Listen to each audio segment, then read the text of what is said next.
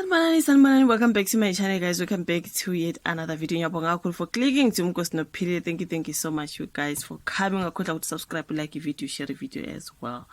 Okay, ubukela lawo ma ads ke mangaba aqhamuka during the video. Okay, so now guys, kune story lapha about abe Malaika. If you do remember Malaika, you guys tala kwayo City, is it City Mall or City Moholo, something like that.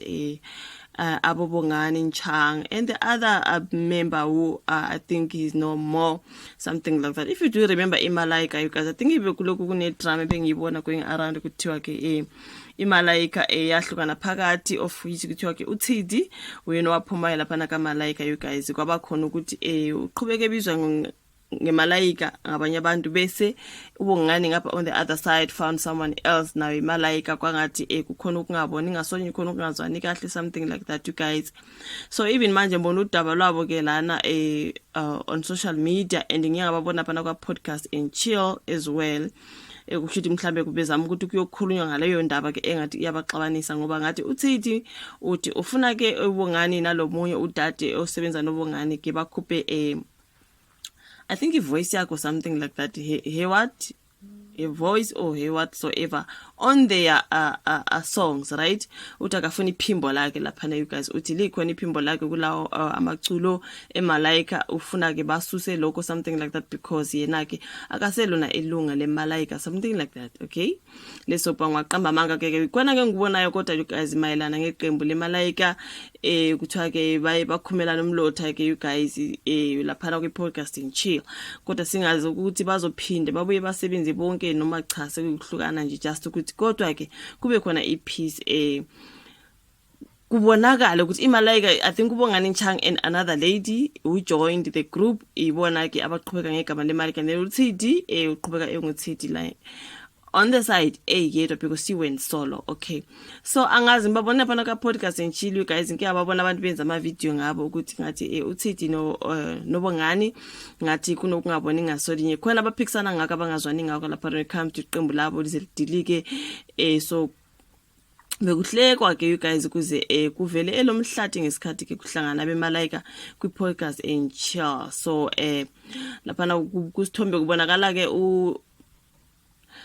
who's the guy uSolphenduka yo, and bese kubongani bese kuThidi ke no McG, since they were there on the other picture ke group yeMalaika yakudala, I think esakhona lo ngasekhoyo ukudala, you guys, besakhula iqembu kusahamba kahle. Okay, that is uThidi, that is ubongani and lo munye wabo ongasekhoyo, into kanjalo. Kuthiwa ke lapha ne story nabaculi beqembu leAfropop iMalaika kade sebeyinkukhu nempaka sebekhumela nomlotha lapha kwi podcast and chill no McG. So ubongani Nchange benoThidi Molo bebezi fikele mathupha ke kulolu hlelo oluvela lapha ku YouTube ukuba bezoziphendulela ke ubabukele emuva kokunikizana yebo ngezithupha esidlangalaleni, something like that. Okay, emva kwa yonke idrama kusho ukuthi bayibamenywa lapha kwi podcast and chill ukuze, you guys, kuyozwakala ukuthi kanti baxatshaniswa yini, kuzoxazululeka lokho mangabe kuyaxazululeka, you guys, and I think ekugcineni kodwa kube khona kodwa ukuxazulula something. So umfati kuleli qembu ke laduma ngengoma ethi mhla uphela amandla ke waqala ukuvela ngesikhathi uThidi esezizamela ngo2013 emuva kokudlula emhlabeni kwelungu lesithathu uJabulani Ndaba, okulona gama ebengilidinga. uJabulani Ndaba owadlula emhlabeni basala ke bebabili ubongani noThidi. So leli qembu lalishisa isikhotha ke kwangangoba laze lahlukanisa unyaka okhosini izikhawu ezimbili ngengoma ethi Destiny ngo2004 nenye ethi Tupopo ke ngo2005. Indaba yokungahoshelani ke kwalaba abaculi yavela obala ngo2021 ngesikhathi uThidi ememezela ezinkundleni zokuxhumana ukuthi ihlukene inhloko nesixhanti ke phakathi kwakhe neMalaika.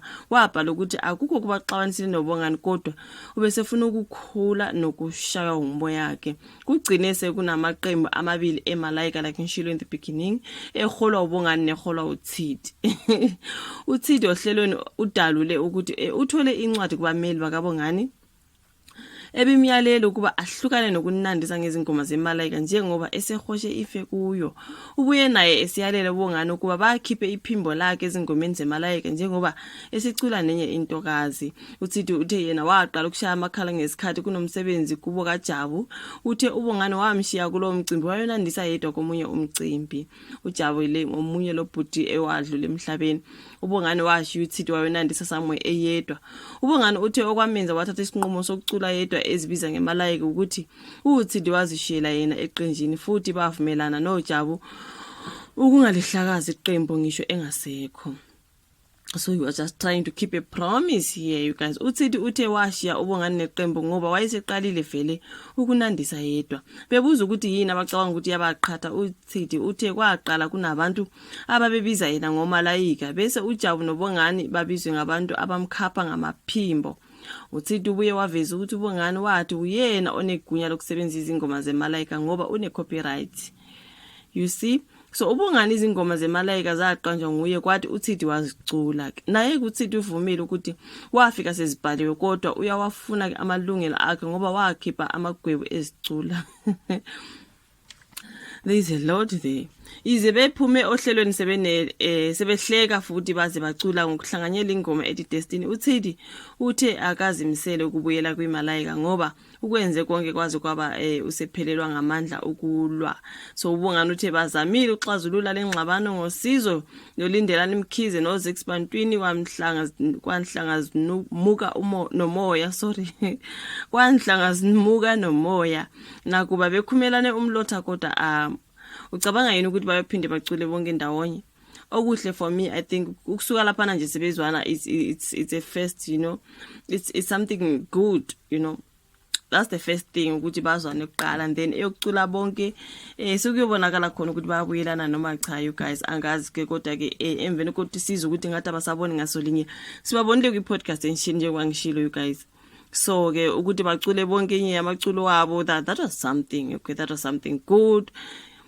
For me, I think abahlale phansi bayikhulume ke sebebodwa noma bengase ku podcast and chill bazama ukubona bengenze njani. uTsidi ke nje bavele kudala esecula yedwa mangabe kuyakhonakala aze azocula nabo when it comes to the malayika songs, yabo aphinda aqhubeka acule yedwa nakhona futhi kuyakhonakala something like that. It's up to them ukuthi bazoyixazulula kanjani. But anyways, for me ukuthi ke baye bagcina sebezwana basuke lapha nasebehleka, it's something nice you guys. Kodwa ke mina you guys yadabuka phakathi imalayika. uTsidi waba yedwa ubongane wadinga omunye nabo bababodwa esayidini. So uTsidi bethu basuse ke iphimbo lakhe ezingomeni zabo, something like that. So it's a lot there. But anyways, mina sibabonde ka podcast and chill trying to come and solve the problem. Ngiyabonga kakhulu ukuthi ibukele video. Please kindly subscribe, like i video, share. Ngizobonana futhi ku video elandelayo. Bye.